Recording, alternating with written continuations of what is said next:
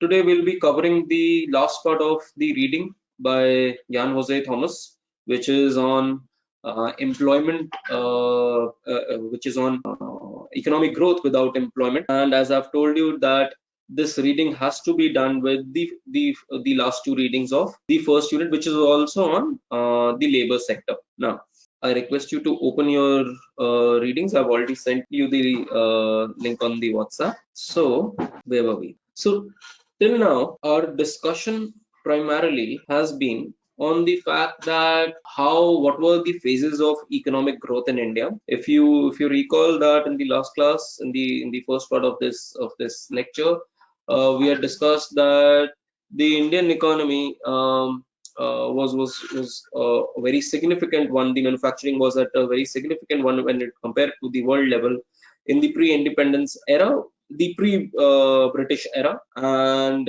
you had a systematic breakdown of the manufacturing in India, which is called by various economists as the deindustrialization, economic deindustrialization by the British over a span of 200 years. And post-independence, we see that in the 1950s, we adopted a policy of heavy industrialization, which kind of goes against the principle of comparative advantage, where comparative advantage theory, the proponents of the comparative advantage theory suggest that India being a labor abundant country should have specialized in commodities which require intensive use of its abundant factor, which happens to be labor. Now, 50s was the phase where we did a lot of capital investment, heavy industrialization, putting public sector at the front end of the economic architecture. Whereas in the 60s and 70s, we see a remarkable slowdown in the manufacturing, probably owing to the factors which the demand side theorists, which are the Keynesians and the Kallikis, group of thought, say that it is because of the lack of effective demand, and that lack of effective demand was primarily because of the fact that there was huge inequality and the per capita income in the country was quite poor. We see a revival in the 80s because again remember the ad hoc and the piecemeal reforms by late Prime Minister Rajiv Gandhi. And in his era, you had a lot of public investment going in, and in that there was a slight bit of revival. This revival was also continued after the 1991 reforms till 1996. However, from 1996 we see a broad-based deceleration in the industrial output because both the private sector investment and the public sector investment started falling. And from 2003 to 2008, we already know that is the golden phase. And in the golden phase, the industrial output was also good. After 2008, we see a phase of a double dip recession, the first recession coming in 2008, then the revival because of the Mukherjee stimulus, and then the fall again because of internal and external reasons. So this was the overall economic growth, especially regarding the manufacturing or the industrial sector. When we talk about employment, we had discussed that the employment was from 1983 till 2004 was majorly in the unorganized sector, whereas in the organized sector only 1.2 million jobs were added. Whereas if we see post 2004 till 2011, around 4 to 5 million jobs have been added in the organized sector. Most of these jobs were of the nature of contractual work rather than the formal work that we expect. And in this phase, we see that there is not much added in the informal employment sector. Now, having discussed the part one, revised the part one of the reading, let's see that what are the reasons behind the lackluster performance of the Indian economy with respect to employment and per se with respect to the manufacturing output. Remember, this reading is in the industrial sector, so we have to concentrate also on the manufacturing sector's output. So let's see. Now, the first reason is that it is not because of the constraints of labor laws. So in a sense, this reading goes against the first reading that we did in the first unit, the reading on employment, the myths of labor laws. So this reading will kind of counter that particular reading. I'll come back to the entire discussion again when we will be discussing certain questions which are raised on these particular readings. So what Professor Thomas says is that the Indian manufacturing sector actually is not being constrained by labor laws, and it is because of the fact that we see that in the informal sector of employment, we see a lot of contract workers, and even in the formal sector, we see that there is a lot of contractualization of jobs. So essentially what we are saying is that in the Indian labor market, the entrepreneurs have learned their way around the labor laws, and what they have done is that they have contract even if they're in the formal sector. Suppose if you remember the example that Gargi College, it comes under the formal sector because of the fact that it employs more than 10 workers. But still, the way around to go around the formal employment norms is that to have contractual workers. The thing with contractual workers is that contractual workers provide you a lot of flexibility. There are a lot of conditionalities when you have permanent employees, but when you have contractual workers, those labor laws, so to say, the inflexible labor laws goes to the ban. So essentially, in the informal, we have a lot of informal employment in the formal setup.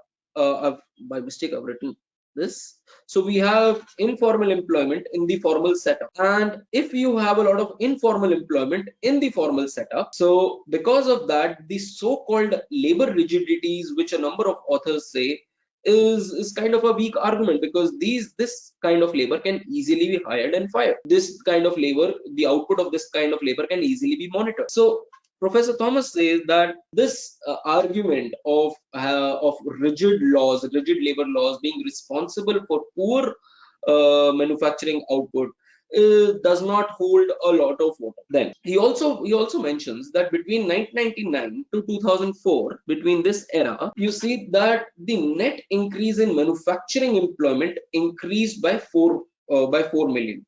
So and that is accounted by women. So out of the 10 million jobs added in the manufacturing in this period, around 4 million, 40% were women. And if you remember the reasons that we had discussed in the previous semester, that this is also the period where you have a couple of years of agrarian crisis. So a lot of women started entering the labor market to support their husbands, support their family. The overwhelming share of these women entering the labor market also went to the labor intensive industry, and the labor intensive industries like textile, garments, gem cutting. So that was the reason, that is perhaps one of the reasons that you see that between 1983 and also between 1999 to 2004, you see a lot of employment being generated in the informal sector. However, post 2004 and especially after 2008, after the crisis, you see first these women who entered the market started moving out of the market. One of the plausible reasons is said that NREGA started supporting family income. So that is one of the reasons that women folk starting exiting the market. But after 2008, when the world was in the recessionary phase, the external demand, the world demand for textiles, garments, all of that started reducing, and that led to the decrease of employment opportunities in this sector. This has been further amplified post 2016, which is the demonetization phase, and further amplified because of the implementation of GST. So not to say that these steps were wrong, but the fact that they had actually kind of made tectonic shifts in the industry, and the economy is yet to recover from the kind of structural shifts which the government had probably seeked then. Now, the flexible, so women are the flexible component of the manufacturing labor force. Then we go to understand that what exactly are the reasons that Indian manufacturing sector did not take up, and it's still languishing at 16% of our GDP. The argument that Professor Thomas is proposing in this reading perhaps goes against the arguments that we have already discussed in the first unit. But let's discuss these arguments. The first argument is that the Indian manufacturing sector is constrained by structural factors like electricity, roads, ports, so connectivity effectively, and power. So you can probably write down power and connectivity. In here, roads and ports are extremely important because, as I've discussed in the class as well, 90% of world trade takes through sea routes, and from bringing material from hinterland to the ports, you need efficient road architecture. That's why the emphasis of this government on the infrastructure, and if you want to read about it more, you can read about the national infrastructure pipeline, in which the government proposes to invest 102 or 1.2 trillion dollars. So these are the supply side bottlenecks because of which the Indian manufacturing sector has not taken off. And the article talks about that the government public sector investment has continuously been falling, and it is the result of this fall of public investment, especially um, in the infrastructure sector, that you have a fall in the manufacturing output, or not rising manufacturing output. The second reason discussed here is about industrial policy. Industrial policies in itself comprises of three things. One is access to bank credit, the other is prices, and the third is tariff. So as a combination of these three industrial policies uh, being very helpful towards the manufacturing cause, has resulted in the stagnation of the manufacturing sector. Let's analyze them one by one. So the first aspect is the availability of credit. And if we go through the argument presented by Professor Thomas, we see that the share of bank credit, or the credit offtake, or the share of bank credit to the agricultural and the small scale sector has been decreasing from 1990 onwards. So if you can read here, the share of agriculture and industry in the total allocation of credit by the scheduled commercial bank has been declining in the 1990s. This is one of the reasons that there is lack of access to credit, which perhaps constrains the output creation or the investment creation by the manufacturers. The important figure that you need to remember is that as a proportion of non-food gross bank credit, so the non-food bank credit, as a proportion of this, the amount going to SSIs fell from 15% in 1990 to somewhere around 6.5% in 2005. This shows that the access to credit has been on a continuous decline in this particular phase.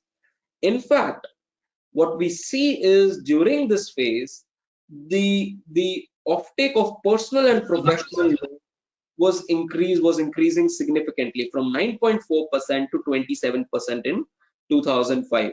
If you see this statistic, what we can alternatively say is that in the banking industry, personal and professional loans perhaps crowded out the SSI's loan.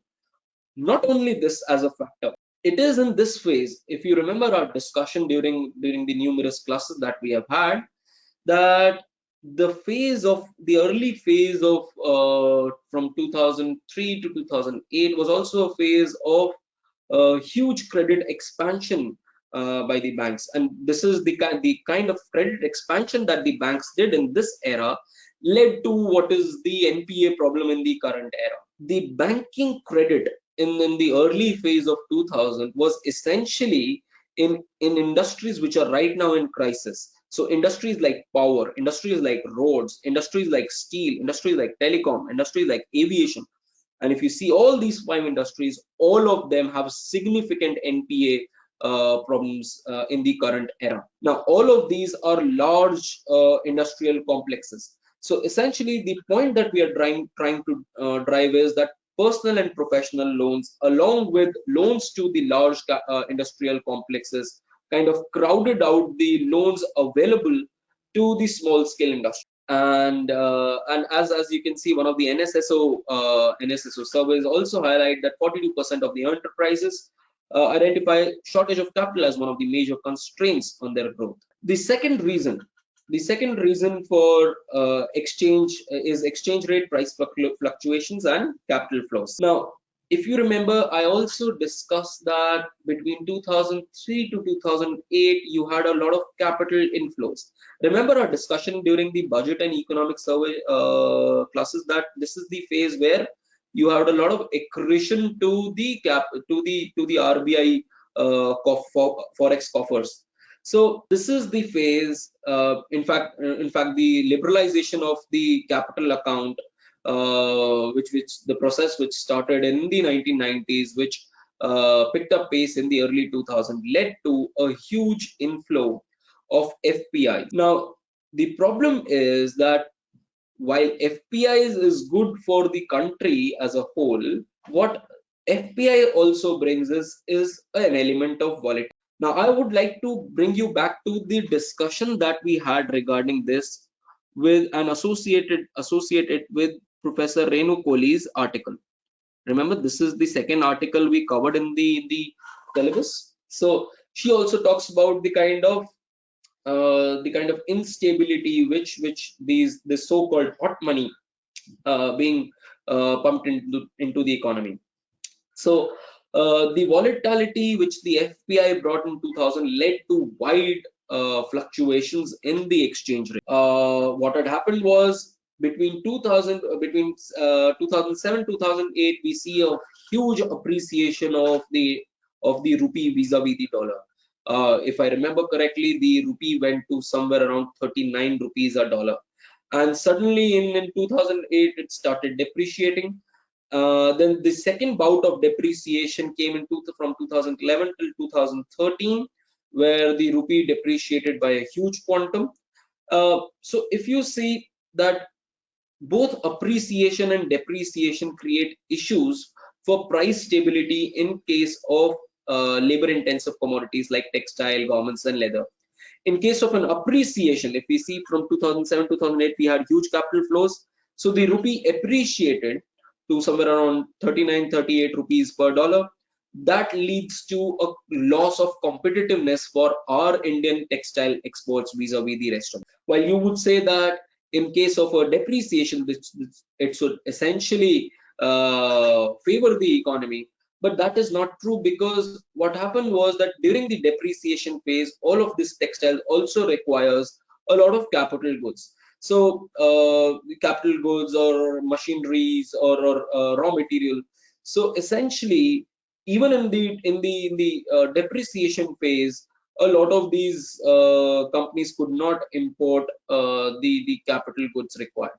So both appreciation and depreciation, the volatility of it led to the kind of fluctuation in exchange rate, and that fluctuation in exchange rate is not good for a stable export policy for labor-intensive goods. Moving forward to the third reason.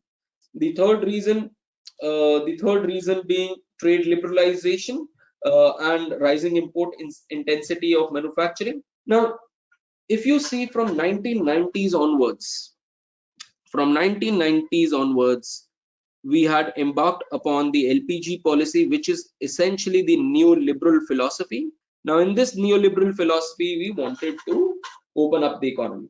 Plus, we were under the guidance of what is called as Washington Consensus, and also because of the coming of the WTO, we had to change the kind of economic architecture prevailing in the Indian economy. Now, under all these kind of policy shifts, what happened was that India started reducing the import tariff it had on import of capital goods. So as you can see that the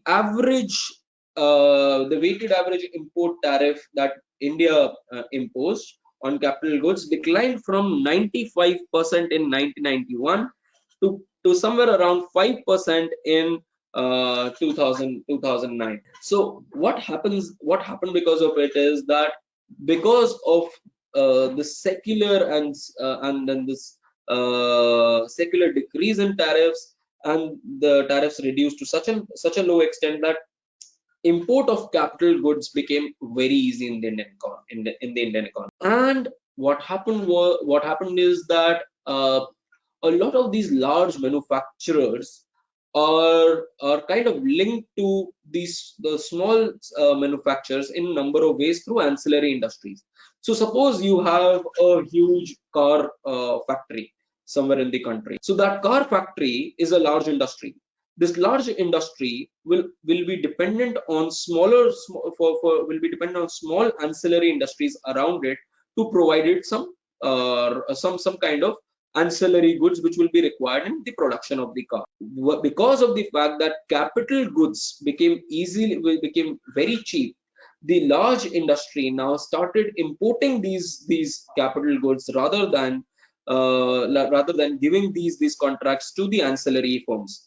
So the link between large industries and the ancillary industries started breaking down because of the easy importability of capital, and that perhaps led to the kind of segmentation of the organized sector and the unorganized. So to say, the distance between them increased, and which is also in the economics we call this as segmentation. The third reason for the not picking up, for the stagnancy in the industrial growth in the manufacturing output, is the lack of effective demand. As pointed out by various demand side economists, that the lack of effective demand in the 60s, which is perhaps because of the poverty and inequality, led to the slowdown of the manufacturing output during that phase. And but if we see today's or the more recent 910 NSSO data, we see that the consumption expenditure, or the kind of inequality that prevails in the economy, still is quite huge. I've also highlighted about the inequality last year when we discussed a paper by Stiglitz and Sanchal of India from British Raj to Billionaire Raj, that the extent of inequality that prevails in India right now is to the same quantum which prevailed in 1921. So which is also visible in the NSSO consumption expenditure data, whereby the 10th decile in the urban, if you see the monthly per capita consumption expenditure on consumer durables in the urban areas is 969 rupees for the 10th decile, while it directly falls to 74 rupees in the 9th decile, and starts to decrease by even smaller amounts in the lower deciles.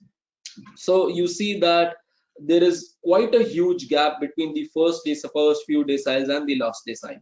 I hope you know the concept of decile. So the unorganized. Now, another thing is that because of the stark inequality, because of the stark inequality that prevails in the Indian economy, which is visible between the consumption of the top deciles and the last deciles, we can see that the consumption pattern of these deciles will be also different. So the consumption pattern of the top 1%, of the top 10%, will of course be different from the consumption pattern of the rest of the population.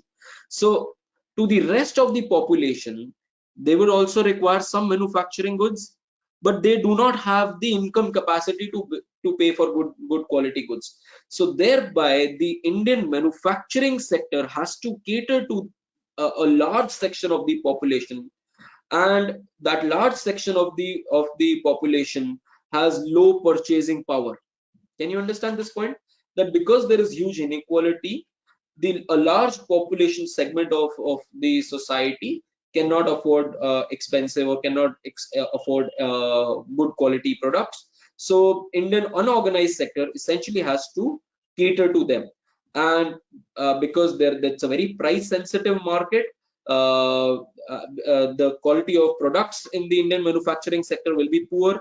You will use outdated technologies, and the kind of profitability is also. So in effect, the entire argument talks about the kind of inequality that prevails in the Indian economy, and which has an impact over the kind of quality of manufacturing that we would have. Then the last part of the reading argues that why has India failed to develop the labor intensive? Now it goes into a historical reason. One of the historical reasons is that in the 1950s, if you see the second five-year plan, the production of consumer goods such as textiles should be carried out by the SSI. So the architecture was not to promote mills, not to promote large scale mills, was to promote small scales. Now, a large scale mill would be able to employ a lot more labor as compared to a small scale sector. So in the 50s and in the pre-planning in the planning era, so the era from 1950s till 1990s, the planning era, so to say, had a lot of government restrictions which actually led to the stagnation of the textile sector. We're here talking about this textile and the handloom sector, and thereby leading to a poor labor employment. Added to that factor is the poor demand because of the kind of inequality that persisted, or the poor per capita income that persisted in the Indian economy. But what had happened in the 1990s? In the 1990s, after the 1990s, these kind of restrictions, so to say, were liberalized under the neoliberal reforms, and India emerged as the second largest producer of the textiles and the garment industry. However, when it comes to export of cotton fabrics, India is still languishing at the fifth rank, below countries like Pakistan and Hong Kong. But apart from that, the other factors that we have discussed, the demand and the supply side factors like credit, like infrastructure, all of these other factors, the ease of doing business, all of these other factors in this current era has restricted the expansion of labor intensive industry. Now, let's conclude our entire discussion that we have had. That in India, 12% of our workforce is in the manufacturing sector. Of that 12%, 21% is in the organized sector, and 79% is in the unorganized sector. One of the major reasons for the slowdown or the stagnation of the manufacturing is the industrial policy, the lack of demand, the kind of policies have with respect to investments, and also even in the current era, if we see, we do not have policy stability. Then now in the more recent times, we have the banking crisis in form of the NPA problems of the banks. Now recently we have the Yes Bank crisis. Then in the non-banking sector, we have the crisis of ILNFS and DHFL. So overall, the entire banking industry is not doing well. Apart from that, you have you now have the impact of COVID-19, which is going to take a huge hit on the manufacturing and the export.